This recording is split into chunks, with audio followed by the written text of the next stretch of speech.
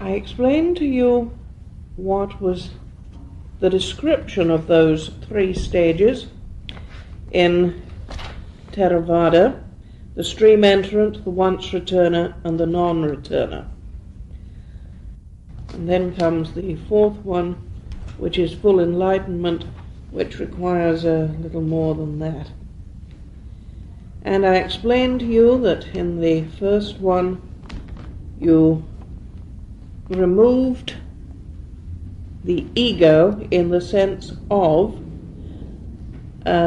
understanding that ego consisted of a wrong idea of a self or personality, doubt or hesitation, and clinging to one's own private opinions and rites and rituals. These three are required before one has the first genuine understanding. In other words, you have to be rid of your own personal ego in these three ways before, if you like, God will show himself to you, or the cosmic Buddha, or that which is. You will not know of something greater than yourself until you get yourself out of the mirror, as it were. Until you recognize that you are not God in your own mind, God will not appear. You will not know your God nature so long as you think that you are the only thing that matters. For the second one,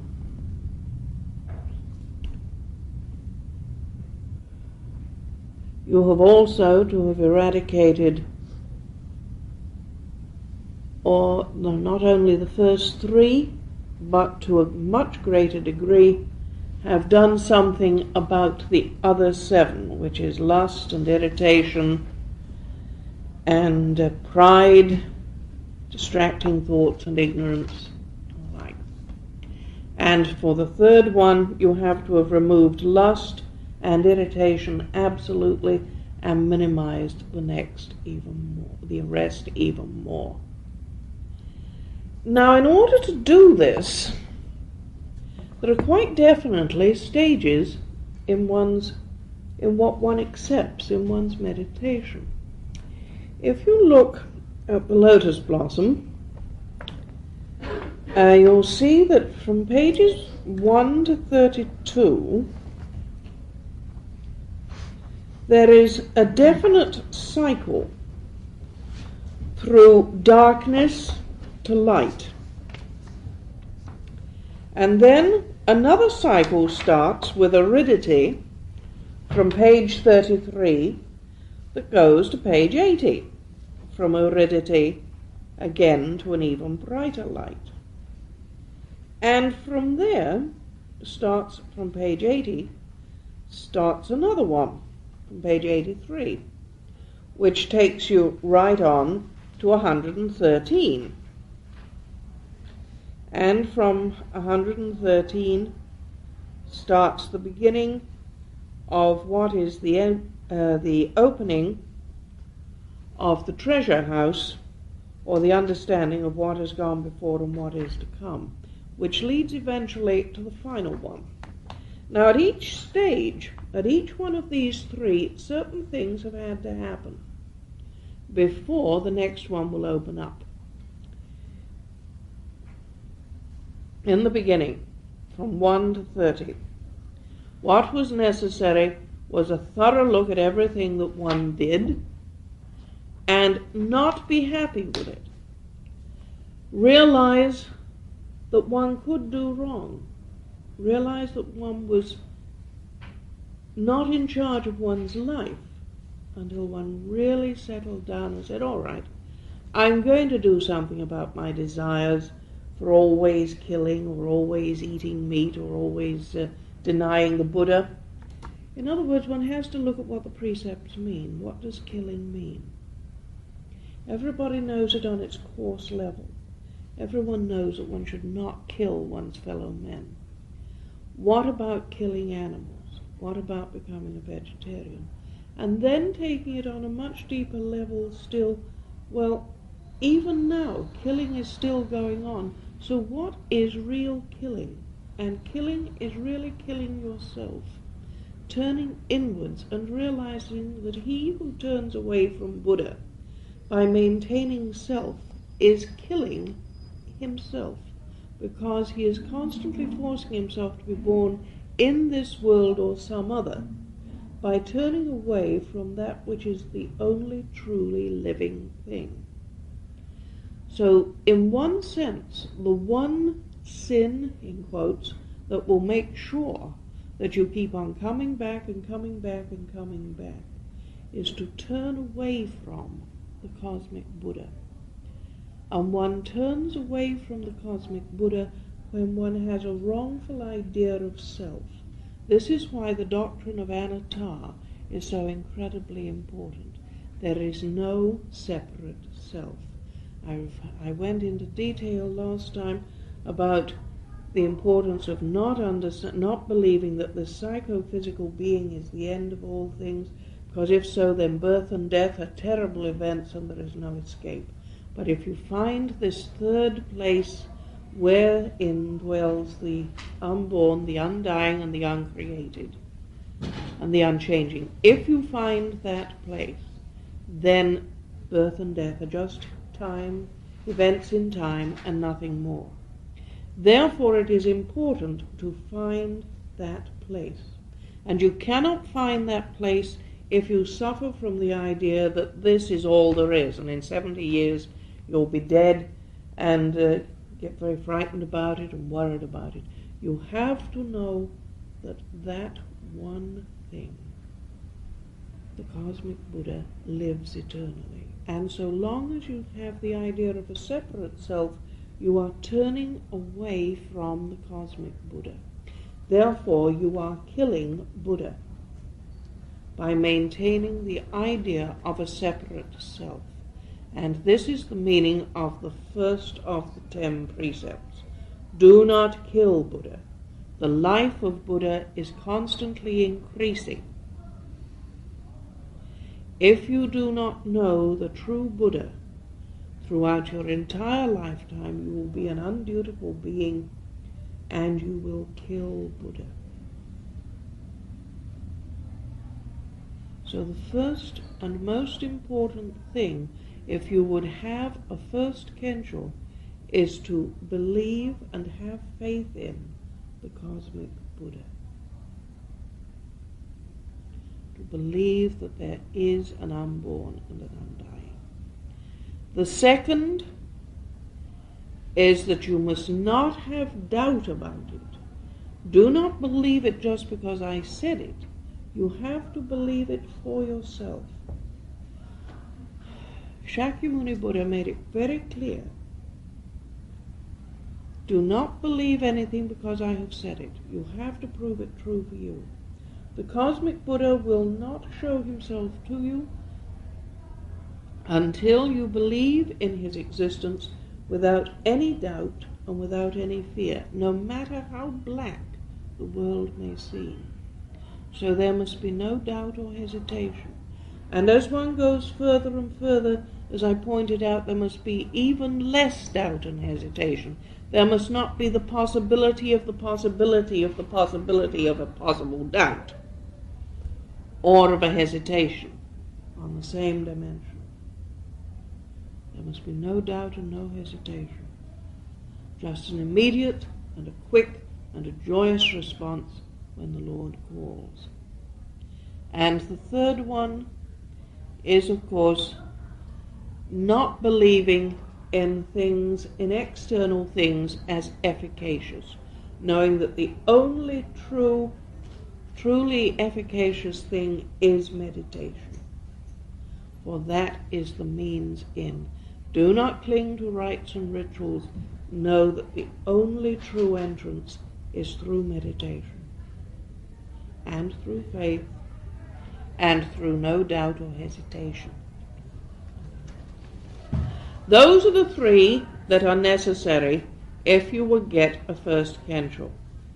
And that gives you from page 1 to page 30. Now, most of us have this Kensho at some time or other in our lives. It is that which enables us to die in peace.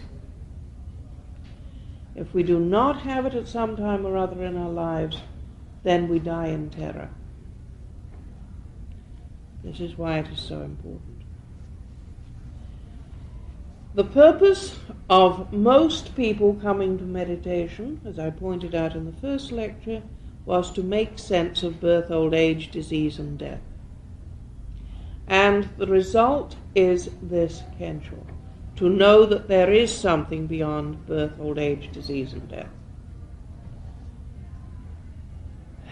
But supposing you have this, you are a monk or a lay trainee who works hard, and you have this understanding, and it's exquisite, and it's gorgeous, and it's joyous, and then you say, well, what happens now?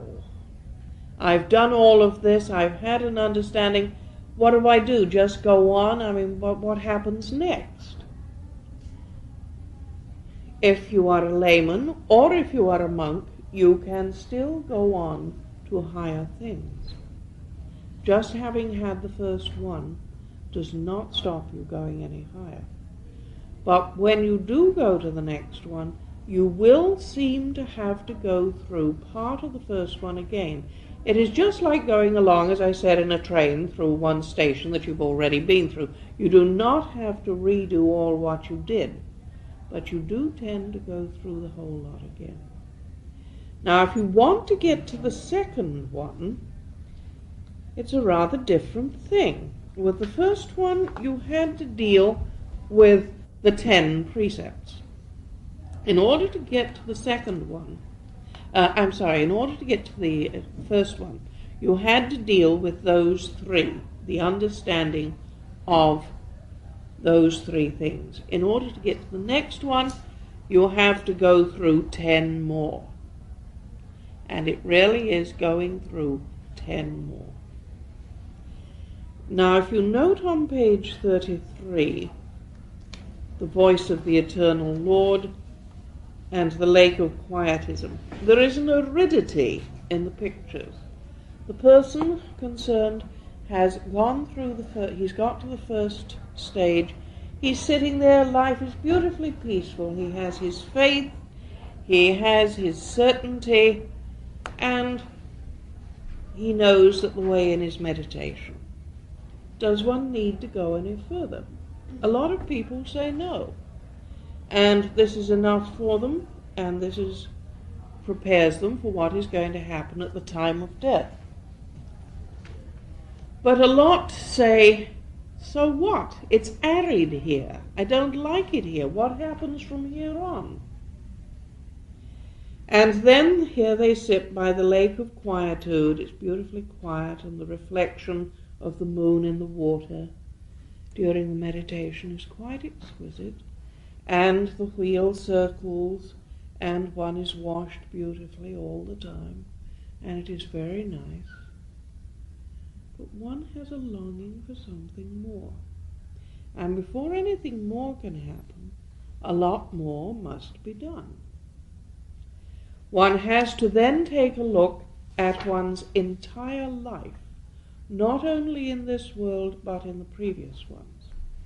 It is at this moment, after one has had this first understanding, that the voice of the eternal Lord is heard. Spirituality ripens. The compassionate mother certainly nourishes the child. So you note the spirituality does not ripen until one has made it to this first stage, i.e. the stream entrant. The arrangement of the spaces between inhalation and exhalation of the breath is called the limitless treasury. The treasury enfolded in the hara enfolds emptiness. I ask, within emptiness, who is the believer? He replies, your eternal Lord. Within that state, within that place, and this is the moment of no return, by the way, everyone can take it this far. But if you go on and you truly answer the question that is asked, what is your purpose for living? supposing you say to be a monk or to truly know the Lord, there will be no quarter given and none received. Because there is absolutely no way from here that you cannot go into what happens in the past, what has happened in your past lives, what may happen in the future, the potential for the future, looking at all that you have done in one's past lives, and seeing all the ways and all the places in which you have broken the precepts and how all those tendencies for breaking the precepts will arise.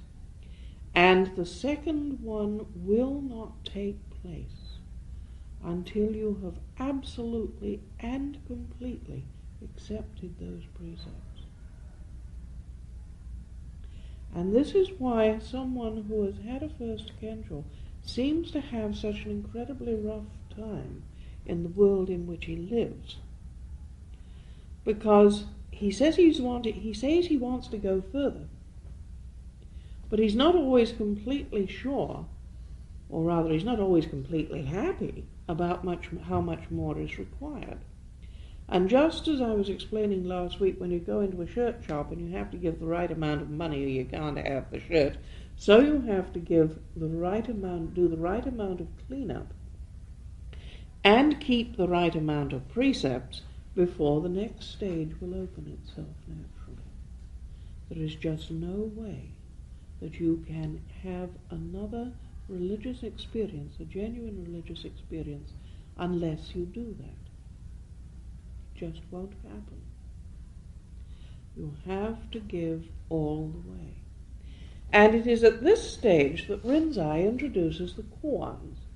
Because most people's backs get sort of somewhat bristly when they are told, well, you've got to keep the precepts, Rinzai encoded the precepts in a large collection of problems, which, when they are solved in the sixth stage of koans, resolve themselves in that sixth stage into just the keeping of the 10 precepts. Completely into the keeping of them. And that is all it is. When one has finished all the koans, one knows what the precepts are, what they mean, and why they are as they are.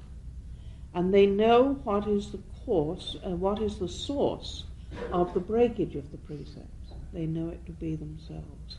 They know it to be in their past karma. They know it to have been in their own past lives. So, having fully accepted this next set of precepts, the next gate, as it were, opens, and the next stage of spirituality can be reached. One has to make peace with all the past lives, clean up all the karma, clean up all that has been done in this life, and also deal with all the fears and horrors that come around in the shape of Mara, until one reaches the next stage. One has to see the source of the koan, and one has to completely and absolutely accept the source of that koan by understanding sympathy and taking that sympathy into oneself. And this will give rise to the next stage. Now, if you look at the pictures following page 71, and the picture opposite 245,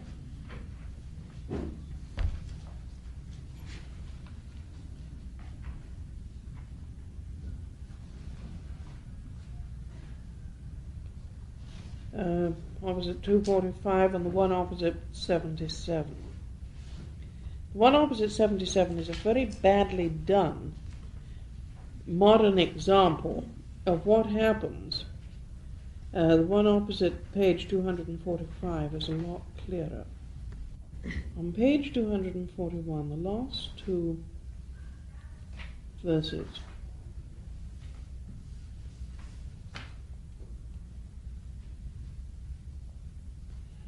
Verse 3 is a badly translated attempt at explaining how one has to clean up all one's karma and how karma is passed on,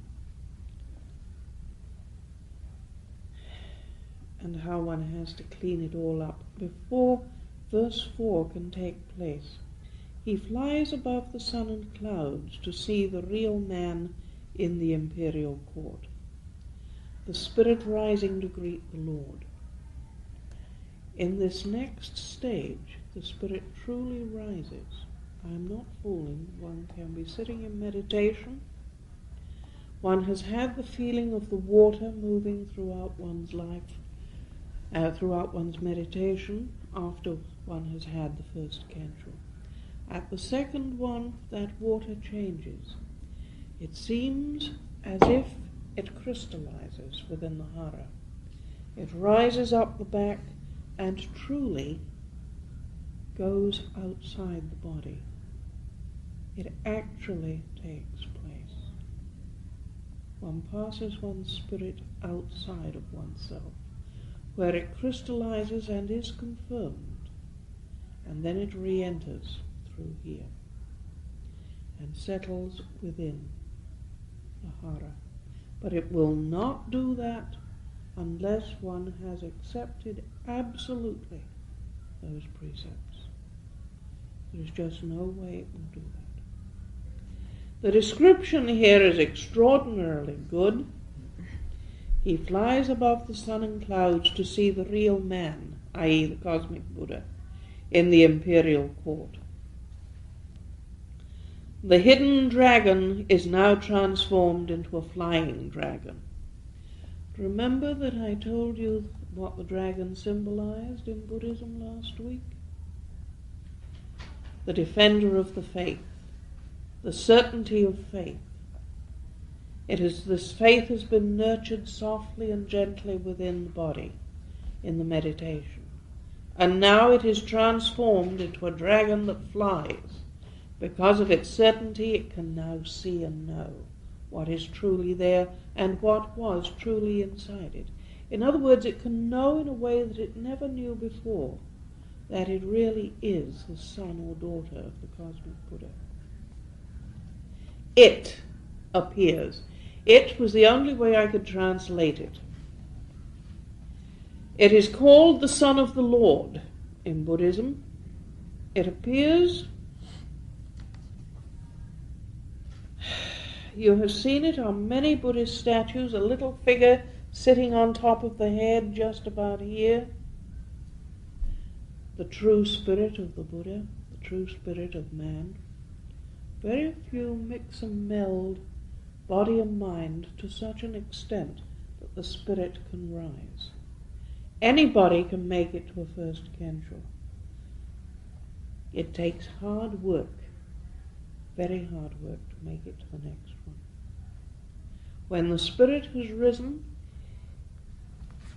it stays here for a few minutes and then comes and enters here and crashes down into the hara and quite literally hits the hara. The only way I can explain it is it's like a flat slap on the hara as it enters in and takes possession of its rightful place, now that it has once more joined itself back to the cosmic Buddha. Now, children, when they are born, are in that state. But remember, they are carrying their fishy bags with them. And unless they do something about the fishy bag early, then body and mind, or body and spirit, separate. And it is not until they have retaken the precepts, re-cleaned this all up, that the spirit will once again unite with the cosmic Buddha. Otherwise, it will just go up and see him at each death and be, all right, now go on back, you've got more work to do to clean up. You cannot stay there. This is why Zen and meditation are so terribly, Zen meditation is so terribly important. You will find similar things to this in Christianity. You will find it in Judaism. There is only one way it is ever done, and that is through taking the precepts absolutely and taking responsibility absolutely for one's own life. One has to clean that life up completely. I cannot insist on this enough. The importance of Sangha that I talked about 2 or 3 lectures ago cannot be emphasized enough. The true dragon now is transformed into a flying dragon. Before the faith was hidden, now it flies. The certainty flies. It appears, the spirit passes freely and cannot be deprived. I told you that before you were playing with fire. Now the fire plays with you. You can no more stop this from happening. Once it starts, and believe me, you are completely helpless in its grasp once it starts. And it is a literal thing that takes place. You are completely helpless in its grasp. The fire completely plays with you.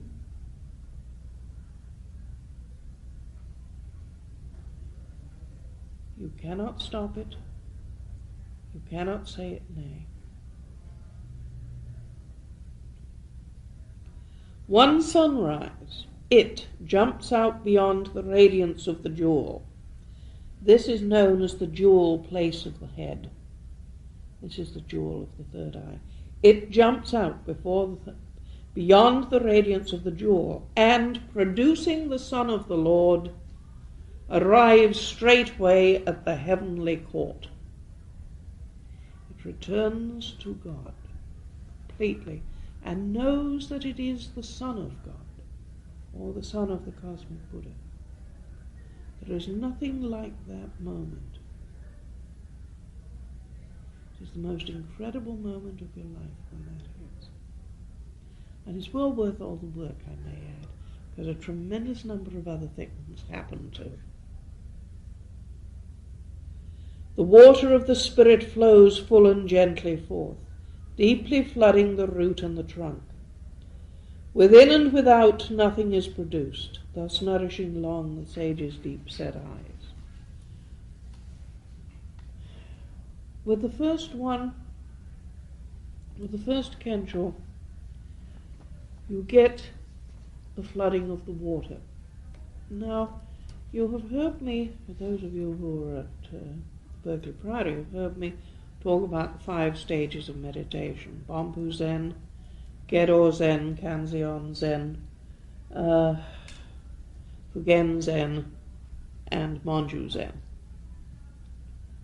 In one sense, a person who has had a stream-entrant Kensho has learned to master Bompu Zen.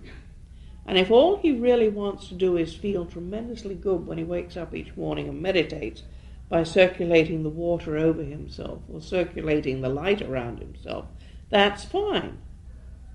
But he should know that that's the first stage. Now, Gedo Zen, people have been very frightened of. One only needs to be afraid of Gedo if one doesn't know what Gedo is. Gedo Zen is the appearance of past lives, possible future lives, if one continues as one is. Past lives actually appearing, ghosts that seem to appear and disappear from past lives. And if you and if you get very frightened of what's coming up, it does seem to actually appear. I had someone come and stay with us from Canada 2 weeks ago, a monk who has presently gone away, who had rang me up late one evening to tell me that 2 ghosts kept appearing and he was terrified to go to sleep. And I suggested he visited us. And he's now back in Canada, safe and happy without the ghosts. What he didn't know was that having meditated and got himself a first Kensho, then the next one is going through the Gedo Zen Kensho to the next stage, and one does have to go through Gedo Zen to get to that Kensho. It is not a Gedo Zen Kensho, forgive me for that. What he didn't know was that one had to go all through this, and he was very frightened when it started up. And now, what I told him to do was very simple. Next time these ghosts appear, ask them why they have come, because it's very annoying to a young man to have his sleep messed up. No more ghosts appeared. Past lives have great objections to being asked what they are there for. They are there to show you something, and nothing more. So, Ghetto Zen is a very dangerous stage if you believe that what is happening to you is a reality. Supposing you discovered that you have been Alexander the Great, shall we say, at some time or other, and you said, wow, how wonderful, now all I have to do is join the army and repeat history. Then you have got caught in Ghetto Zen, because you will only be seeing this particular past life to see what a twit Alexander the Great was and not to repeat the mistakes. That is the only reason it will come up. Therefore, you will never have a past life come up in which you did really good things and really fine things. For the very simple reason that past action that was good and right, i.e. good karma, leaves behind it no speck of dust. So you are not going to see any time you were really good and wonderful. You're only going to see the times when you were a prize ass. And that is not a nice way of putting it, but that's exactly what will come up. So, this is why it is Ghetto Zen. Do not think of this as the reality. Because if you do, then you will get caught in it and you'll make exactly the same mistakes again. And do not think that the possible future lives you see are a reality, because they are only a reality if you continue to go along the way you're going. If you do something about yourself, it won't happen. This is not a prediction. It shows you a possibility. Now, all of this has to be cleaned up and looked at and gone through. One must not cling to it. One must not love it. One must not think it is marvelous. One must just go through it, deal with it, clean it up, and then one comes to the stage of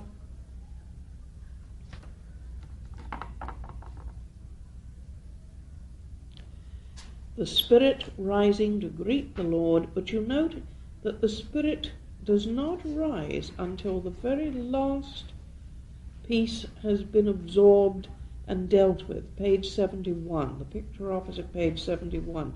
One does not cast this stuff out. One transforms it. Do not think that you are casting out your past lives. Unfortunately, the old idea of bell, book and candle that comes from Christianity has done a lot of damage in this.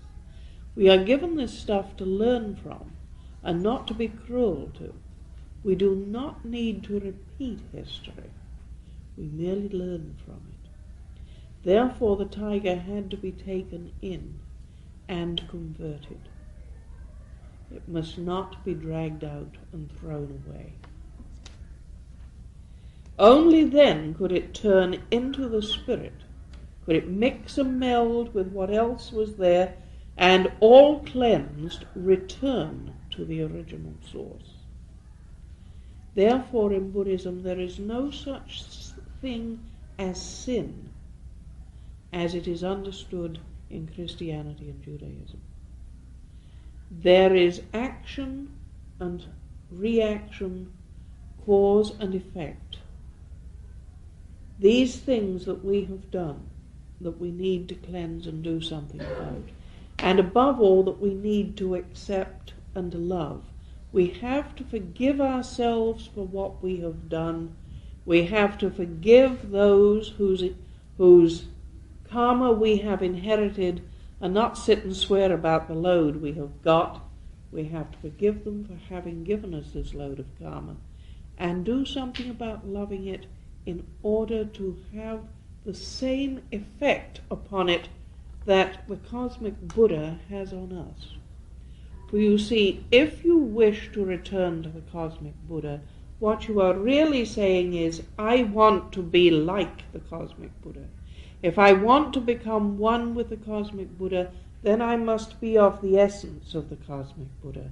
And the cosmic Buddha being pure love, pure compassion, pure wisdom would never think of casting anything away, would never turn against anything, would never hate anything. And it is out of this that comes the very dangerous theory of the love and light heresy. Because the cosmic Buddha is all love, because he is all light, then it is very easy to say, all I have to do is love everybody and love everything and everything's going to be all right. No, it won't be. Although we are already enlightened, although we possess the spirit of Buddha within us, it is very necessary for us to train. If we were perfect as we are, and all we had to do was just love everybody, then there would have been no necessity whatsoever for us to appear in a coarsened form. We appeared in a coarsened form because we had a tremendous amount of junk inside our bags, the stench of the fish. We have to clean up that fish in order to be able to be worthy of being with the cosmic Buddha. For the cosmic Buddha is a responsible being, if being is the right term. It, she, him, is extraordinarily responsible. It does not hold its head in the air and say, evil is going on and all I have to do, love, and the evil will go away. It doesn't work that way. So in order to get to this second stage, when we are one, when we know what our true inheritance is, we have to become as that true inheritance is. And in order to do that, we have to get rid of all the former stuff that we clung to, and above all, our belief that we could do as we liked, that it didn't matter if we took other people's things, didn't matter if we stole the boss's time, didn't matter if we looked at somebody else's wife or husband and fancied them. All we had to do was love. No way. In order to become one with the cosmic Buddha, you have to be as the cosmic Buddha. And the cosmic Buddha does not steal, because he is himself a complete. It is complete within itself. It needs nothing from anywhere. It does not covet, for it is complete within itself and needs nothing from anywhere. Since it can take nothing with it and put nothing away from it, it has no need to covet and no need to possess. Since it cannot be killed, there is no way in which it can want life as we know life. I don't know if you understand what I'm talking about. It is very important that this point is clear. To become one with the cosmic Buddha, one must be as the cosmic Buddha. A man shall be free and as pure as the day on which he entered into his mother's womb, when he has nothing, wants nothing, and knows nothing. And that includes the theory that all we have to do is love and everything will be fine. He has to want nothing, have nothing, and know nothing. He can use all things, but he must want none. That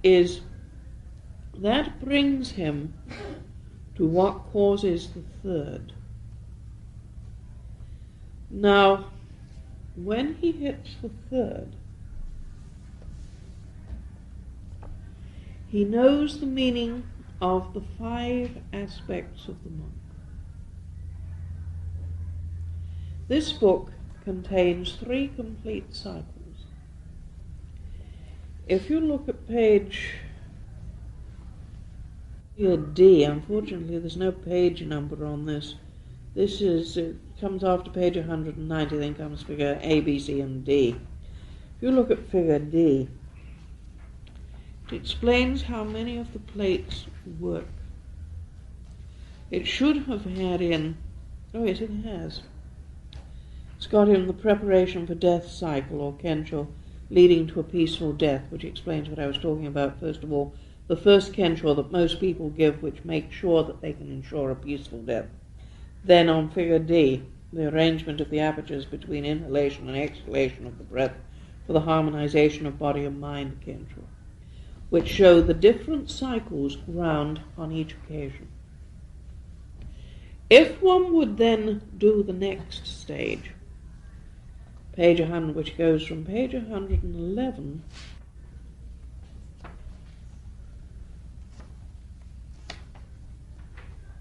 183, if you would do the next one, then the next thing that you have to do, having got beyond those 10 precepts, is you have to study the 3 pure precepts in all their aspects.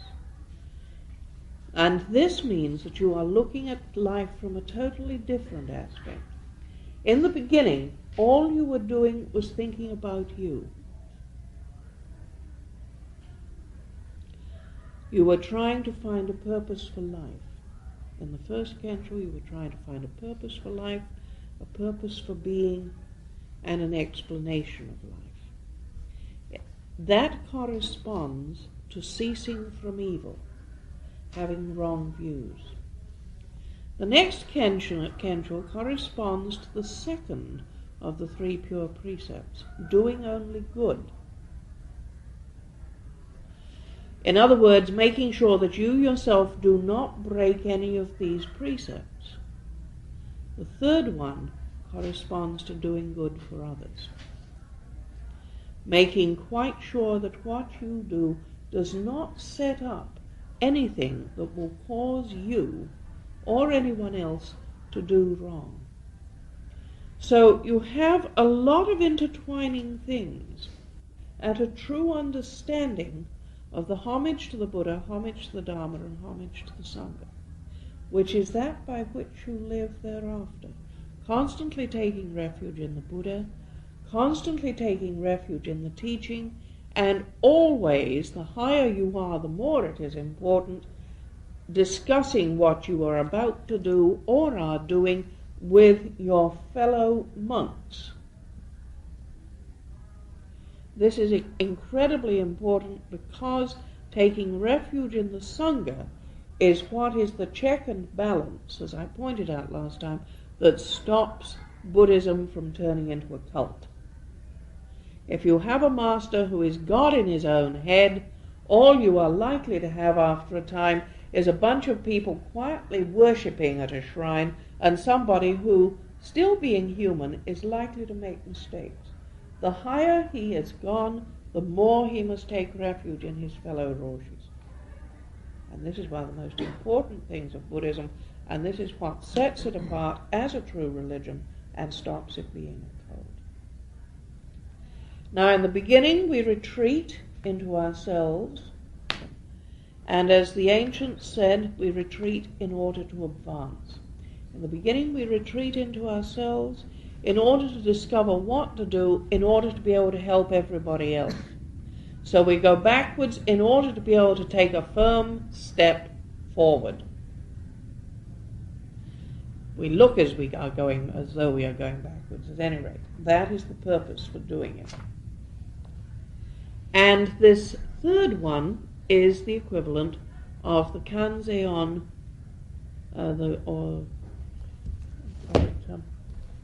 the Kanzeon stage of meditation. The necessity of understanding the heart of Kanzeon. And Fugen and Monju come naturally out of this third stage, Kensho. That is how they all three work. And the signs, there are outward physical signs of what is going on. The skin becomes quite a different feel at the time of a third Kensho. Many things change. I don't have to talk about this. You'll be reading about it when you go through the Hui Ming Ching, which loves to discuss all the physical side of it.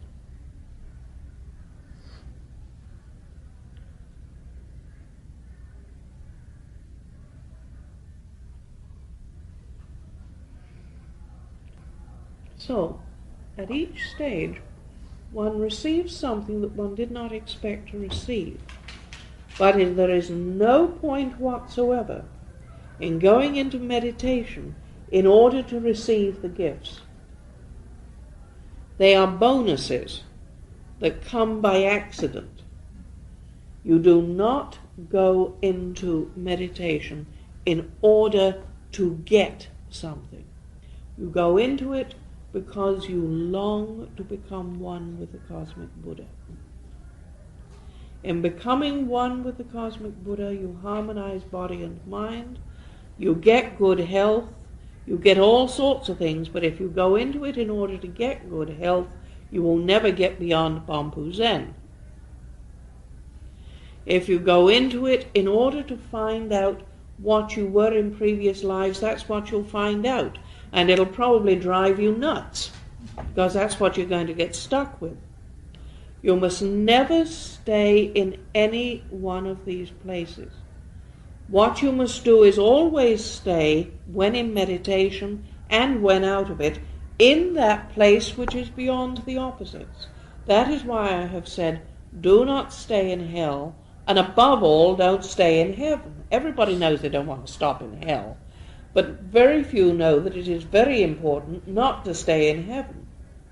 And this is another form of Soto Zen, to like heaven so much that you settle down and stay there. One has to go all the way right on to the cosmic Buddha. It's very important to do that. But if you all make it to a full first Kensho in this lifetime, you can at least be certain of an extraordinarily peaceful and correct death. Although you will have to come back and be told, fine, that was fine, now how about going back and cleaning up and getting the next one ready? Which is why it says that you need to come back 7 times after becoming a stream entrant. Presumably somebody found out roughly how many lives it took to get all that stuff out, if you only did one in one lifetime. But you need to know that you can do the whole lot in this one, if you want to. You do not have to be contented with just the first. That first one is the stage of most Roshis and some laymen. I am glad to see that at least in this country, the average person is not satisfied with settling for that as the goal of meditation. They want to go on to the higher ones. And I am extraordinarily glad.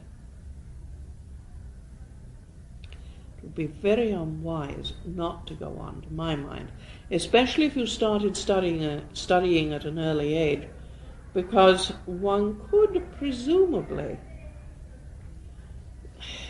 having a whale of a time, one could presumably get a little bored and get a little worldly as time went on. One of the things that used to worry me somewhat when I was in the East was the tremendous amount of drinking and other things that went on amongst the monks. And I was told, well, they got the first Kensho, why did they have to? It was fine now, they could live an ordinary life. And this worried me for years, and I remember asking my master about it, and he sighed and said, nowadays most trainees are not serious enough.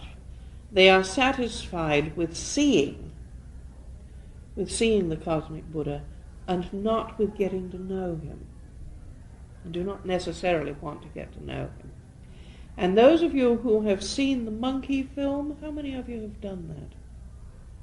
Remember that monkey, he goes to the palace beneath the waves, which, by the way, is the old Buddhist term for getting beyond the brain into the true palace. This is where the waves are, you know, the waves of thought, the sea going on. You get into the true palace beneath. He was satisfied with just taking a look at the door. He swipes the plate off of the front of the door, the nameplate, to prove he's been there, and comes on back up. And if you remember, they turned him into the king of the monkeys, and he was a very unsatisfactory person. Remember how he was always getting drunk and doing this and doing that. And finally, when he discovered that he really wasn't happy with the state he was in, he went off and he studied magic, which is what a lot of people do. not magic in the old sense of the term, but they get interested in things that take their minds off of spiritual matters. They play games with non-spiritual things. And you remember how miserable this made him and how he ended up in the, in the mountain. He is put into a cave from which he cannot escape. Do you remember this? Those of you who saw the film. And he does not escape from that until he suddenly gets some humility. And he does not escape from that until he really decides to do something about himself, when he finally finds his true spirit. I am going to ask the authorities if they will let us get that film for this course, because it would help tremendously with explaining these three kenshos. Would you... it is a cartoon. It was made in Japan, and Hollywood got to it, which means that it's best if we hear it without the soundtrack. I'll explain it as it goes along. I don't know if we can manage it for next time, but it would have been nice if we could. But we will definitely get it. Now, that explains how the three kenshos work and what roughly happens at them. I hear from many monks frequently, those who've had first kenshos, how beautiful it is when the water is moving and how it is just as if one is being caressed and loved all the time. And that is what it is, being caressed and loved by the cosmic Buddha. But don't just settle for being loved. How about giving love in your turn? How about a marriage with the cosmic Buddha? How about becoming one with it? How about the spirit returning to the Lord and giving birth to the son or the daughter? Because that is what can happen.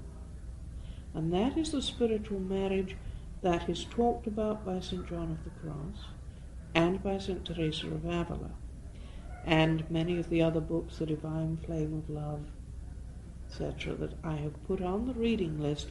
I shall not be able to go into too much detail in them, but if you go through them and look not with the eyes of Christianity or Judaism or Buddhism, just sit there and meditate as you read them, and look with the eyes of spirituality, you will suddenly see that everybody is talking about identically the same thing, and not just settling for the second best, but for going the whole way and literally becoming the bride or the spouse of the cosmic Buddha, and producing the true child, which is indeed the true child of the Buddha, which is your rightful inheritance and my rightful inheritance, and which Dogen talks about in here when he says, if you do not know, in the Denkoraku, if you do not know the Lord, then you have been an undutiful being.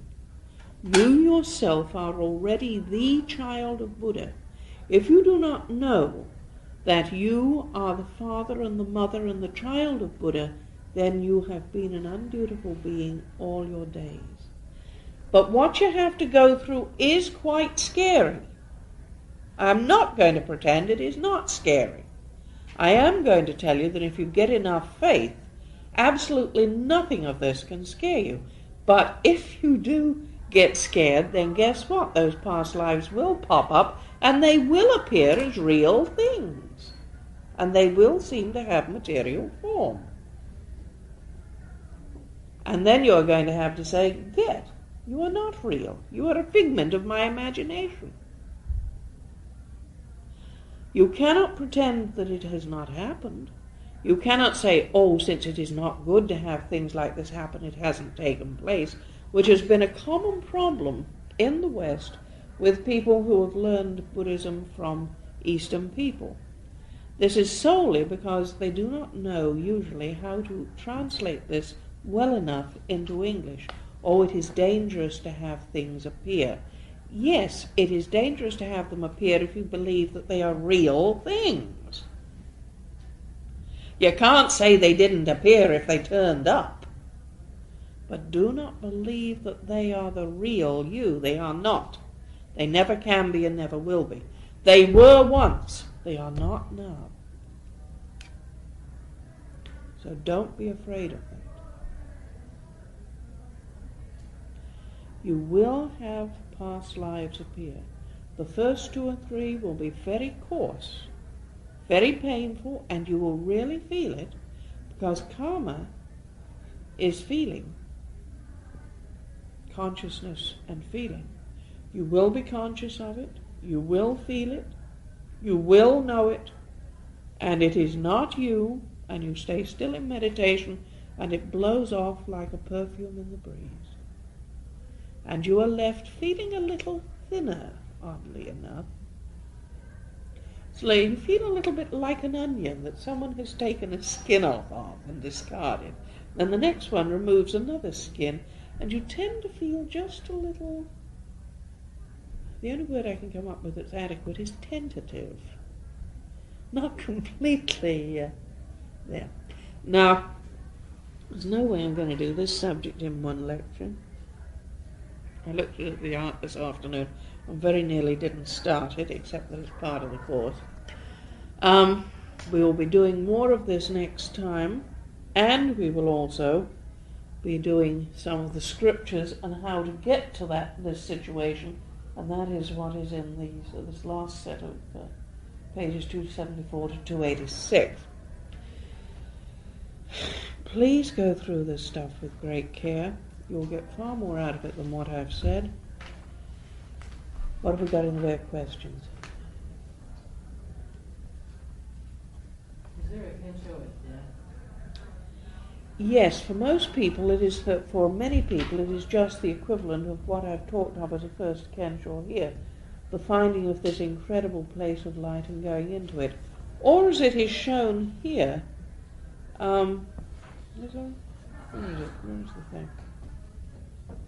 You know, you have this terrible business of going along the dark tunnel, which I put as climbing the mountains and going on through the darkness and getting to the despair, and turning away from it and going to the pillar and knowing that I could have gone straight into the pillar and been fooled.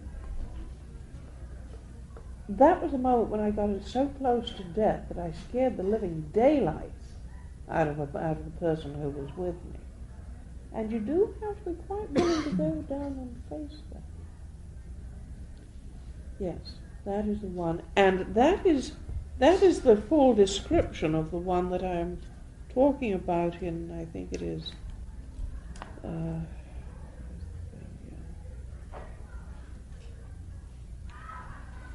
figure E at the back here. Yes.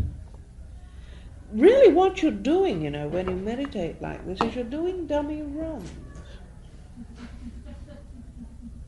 Soto Zen told me that. He said, you realize that you're doing a dummy run so that when death comes you'll make all the right decisions and you won't keep on repeating the same mistakes. And if you think about it, I don't know of anything more important to do with one's life than to have 1 or 2 dummy runs to make sure you don't make mistakes next time round. I cannot think of anything that is of greater value or more importance. Yes? I'm sorry, I'm not sure that I understood you. If you have not been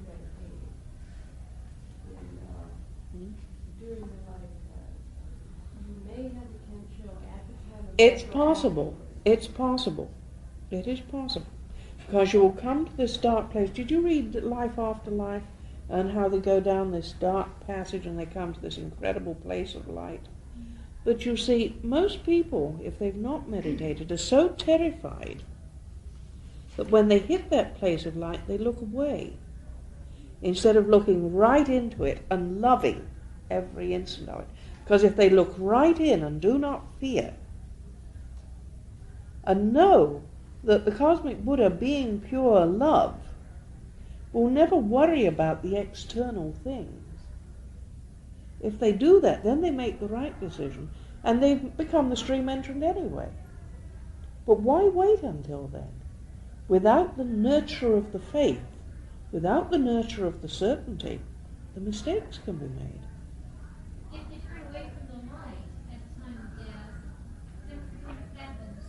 then there's a whole other... did you read through the exhortations at the time of death? I read some of them. You should read all of them, because at every so many days, for 49 days after death, Yeah. various things happen. And if you don't make the right decisions by the 49th, you're definitely going to be born again in the human world. And at each stage, the duty of the priest is to, in meditation, tell the dead person what to do. All right, now we're about to do a memorial ceremony for you. This is the stage you're at now. Now go straight on. Do this, do that. And it's quite incredible how they work. Priests frequently get not only visions and dreams, but a certain knowledge that the dead is really having this happen, and are making notes, and making use of what you have told them. I know this for fact. One of my disciples died recently. Seifu, he was a psychiatrist who was working in Los Angeles, and I didn't know he got a brain tumor, and he died. And he had not been meditating for a long time. This is why I said it's dangerous to have a first kensho and not do much about it afterwards. And he was beginning to he got a bit confused at the time of death because of what he died with. And I did the first of these exhortations, and I literally saw and felt the change happen.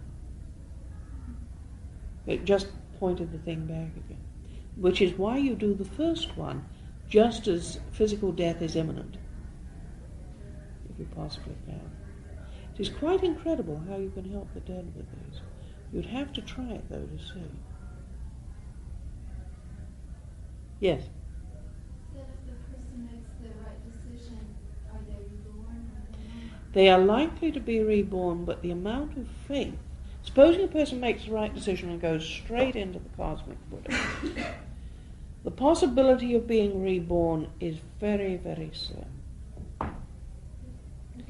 Now let me explain. Let me go on. The possibility is very slim after he has cleaned up what's left of the karma. That is why he becomes a stream entrant then, at the time of death.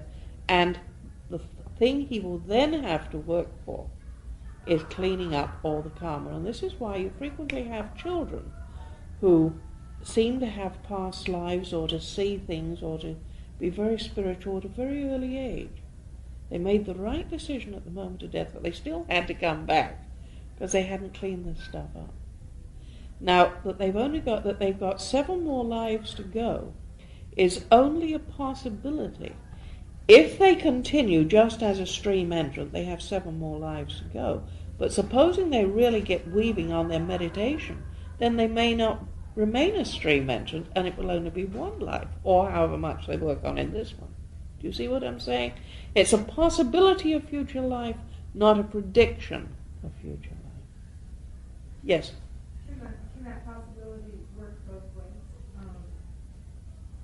Instead of less than 7 lives, there's more than 7 lives? I would imagine so. I don't see why it shouldn't, but I don't know. So don't quote me, I don't know, all right? Yes?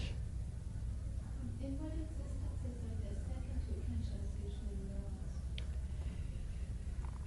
realized? Well, it's best, as soon as you've had this one, as soon as you've had the first one, to go straight ahead into the second, so to work hard for the next one.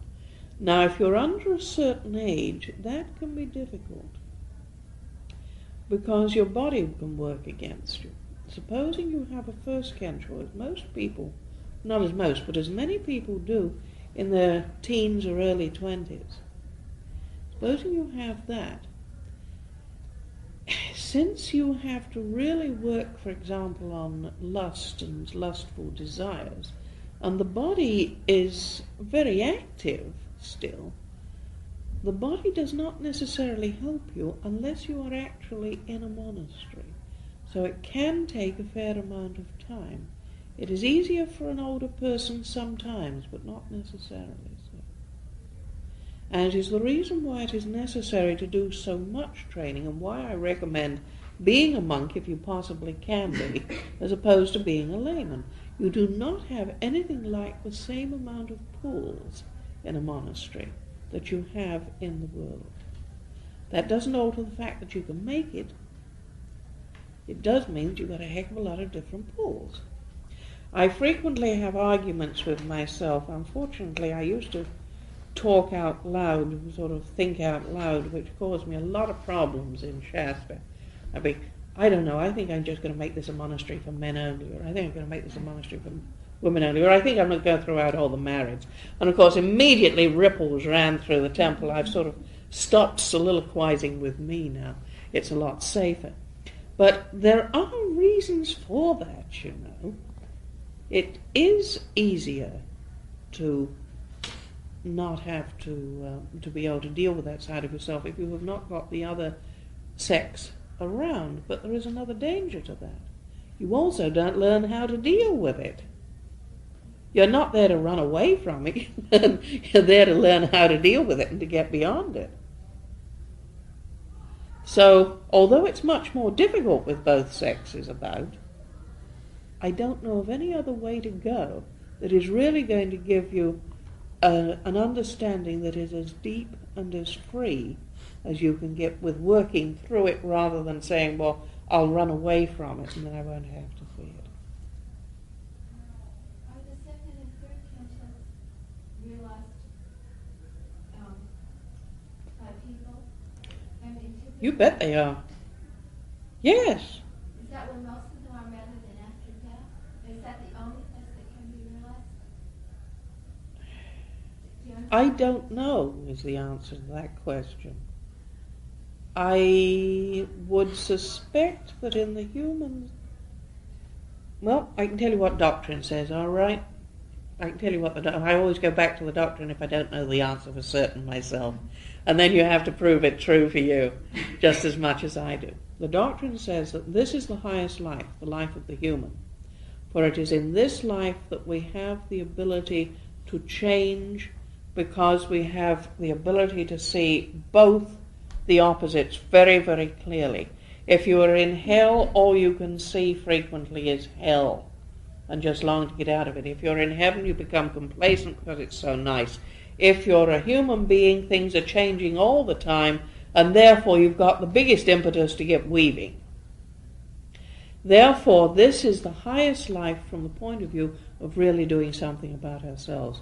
And as such, it is regarded as the best opportunity for having all of the kanchas. Now, whether or not you can get them in the other places, I would say yes, but the possibilities were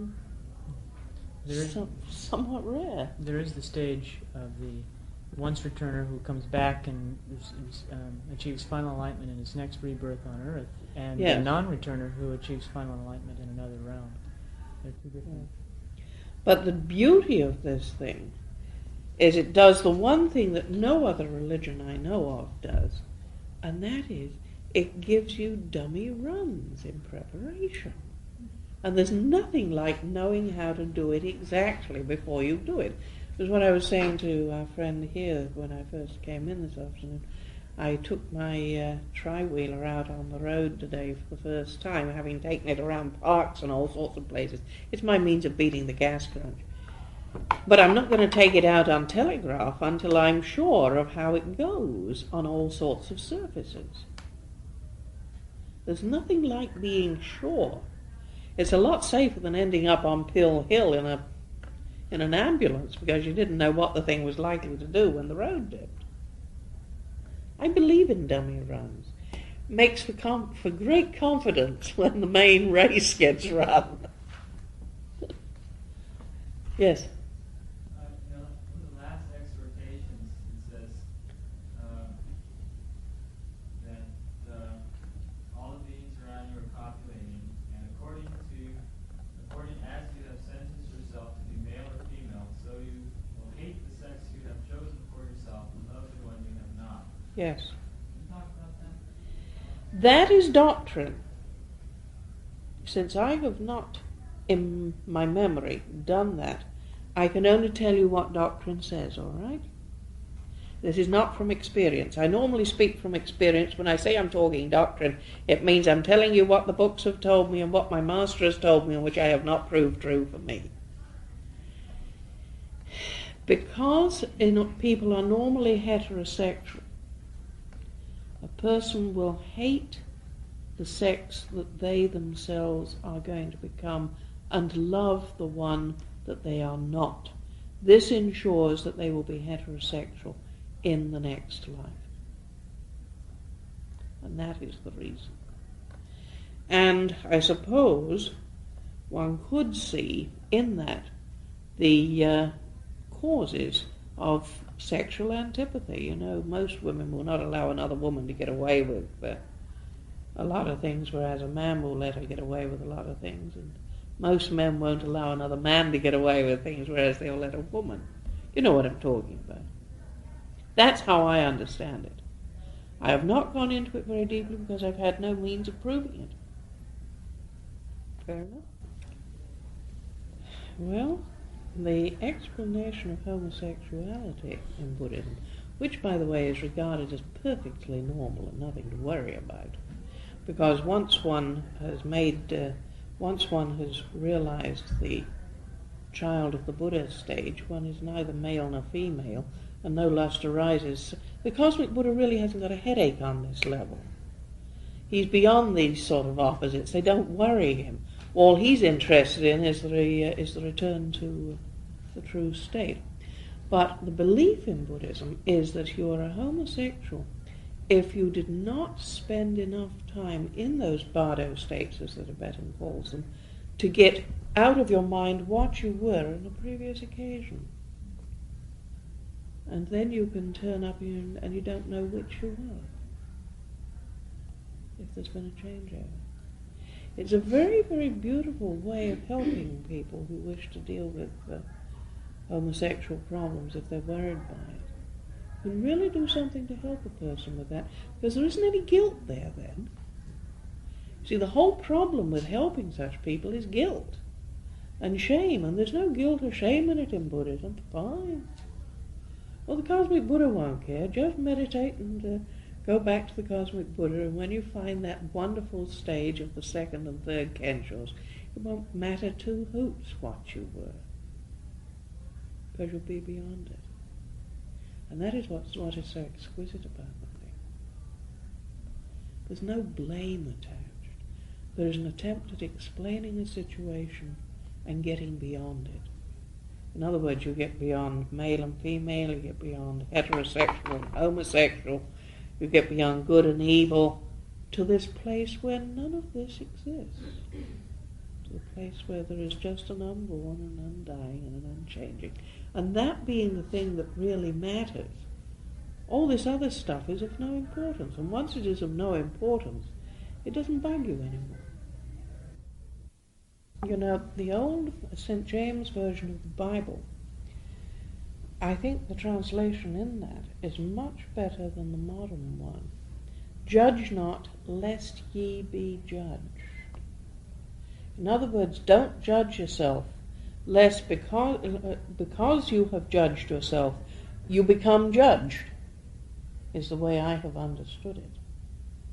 And that's exactly what happens at the time of death. A person looks at the light and says, I can't go to God, I daren't look at God, I'm too evil, I'm too wicked. So immediately he's too evil and too wicked to look at God. But he judged himself, he sentenced himself not to look at God. Do you see what I'm getting at? And that is the big danger of it. Don't judge yourself before the cosmic Buddha. Go straight in. Don't think I am so evil, I am so wicked. Go straight in. Do not sentence yourself. But most people cannot face that. They're so appalled by it. And when they look into the great mirror, which they all have to look into, when they get to that light, I did that. Oh no, I didn't do that. I couldn't do that. So immediately they become a liar. But if instead they can look in that great round mirror and say, I did this, and I'm terribly sorry. I wish it had never happened. If the true moment of Sangha can take place, then the embracing can take place. And that was also what I was talking about with the round mirror you saw on the chart I brought last week. Look at it, accept it, and the hell fiend turns into an angel that embraces. You have to be willing to accept what is there, to regret it, and not to repeat it. And the cosmic Buddha is just pure love. He's not showing it you out of vindictiveness. You are allowing yourself to see that which is coming between you and the cosmic Buddha. You are allowing yourself to see. Do not judge yourself before God, or that's what's going to happen. That's what you're going to be. What is reality and what is not? Yes, it will always distill down to fear. And the root, and that which is the opposite of fear is will. And it is the fear that drives you into the will to train. Interestingly enough, Dogen was talking about this when he said you must train as though your hair is on fire. Because if you train as though your hair is on fire, the will to train, you get the will up to do it because of the fear is so great. Who else? Yes. I've been noticing this, meditating both at home and here. It seems a real strange place, and I keep thinking, well, it'll go away, I won't worry about it and everything. Mm-hmm. But I get tension in my jawbone on the right side. Mm-hmm. Is that indicative of blockage of some kind or something? You may be sitting with your head not completely comfortably balanced. You may have a blockage. It may be an actual blockage. Try, are you sure that where your head is when you're sitting to meditate it is completely weightless? Yeah, I've been In experimenting. fact, you experimented to find very that. comfortable. Okay. So it's like it's right up in here, so I don't know. Try doing what's the eye tension? What deals with eye tension? Peace and worry, I think is one. Peace and worry, right. Yeah, well, try doing that. Anything that deals with eye tension or that area, look up the... I wasn't sure where, yeah. In front of the face or whether it was eyes or what I should look up. Well, usually around there it's eye tension, but not necessarily so.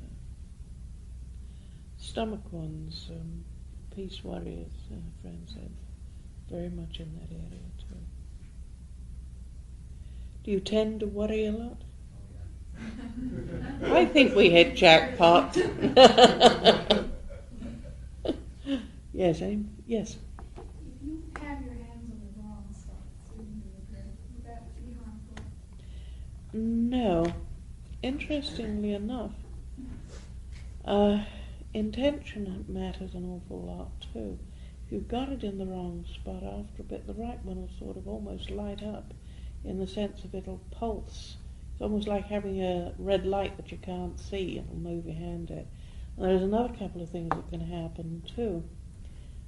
You'll sometimes feel the energy move, and it'll go past your hand because your hand's in the wrong place. And sort of almost draw your hand to it. One of the things that has amazed people with me is that I can be lying on a sofa, seemingly sound asleep, and in mid-snore will take the person's hand who's working on me and move it to the right spot and go back to the rest of the snore. Instinctively, your body will talk to your hands. It's quite amazing how it works. We've had something like that where I just Yeah. moved. Yes. And I didn't know. Don't try to find out why. You'll come up with a lovely collection of theories and none of them will be right. Just give thanks to the cosmic Buddha. For one thing, points will move. They won't be in the same place Yeah, from time to time. Occasionally, they're usually pretty well they located. do seem to move about a bit Especially ones up sometimes. in here. They The move two about. big spiritual unrest points here tend to move about a bit. An interesting point on that. I was discussing this with an acupuncturist who's a friend of mine. And you know the old Jewish habit of beating your breast in this area. And he was Jewish. And he was pointing out to me that the two glands that are that deal with spirituality, which we all have and which disappear after we're about anything between 3 months and 2 years old, are centered in that area. And his opinion is that the Jews beat their breasts there to stimulate the sort of memory that existed in that area. And it's fascinating that those are the spiritual unrest points. Yeah. When you first start doing this mudras, is it possible that you may, several days afterwards, have some kind of emotional Oh, experience? yes. Don't expect it immediately. The favourite time is between 24 and 48 hours afterwards. It can be quite amazing. You can do the fear will ones, for example. And 2 or 3 days later, without any explanation whatsoever, the bottom drops out of everything, and you don't know why. I remember, you know Hario up at Shasta? He did this, and he came, and I told him that this was likely to happen. And he came to see me with a very strange look on his face and said, "The bottom did drop out of everything. You didn't prepare me for that." I said, "Oh, yes, I did. I told you that was what would probably happen." "Yeah, but you didn't tell me how it was going to happen." "Well, how do you describe the fact that the bottom drops out of anything except by saying the bottom drops out of it?" And it is very, very scary, because you really go right down crunch. You really drop to the bottom. And the only way back is to get your will up and up. And that is when you change it over from the fear to the will. And the bottom really does drop out. What's the point of going on? I'm going to go on, and the will starts up. You may have some emotional reactions without even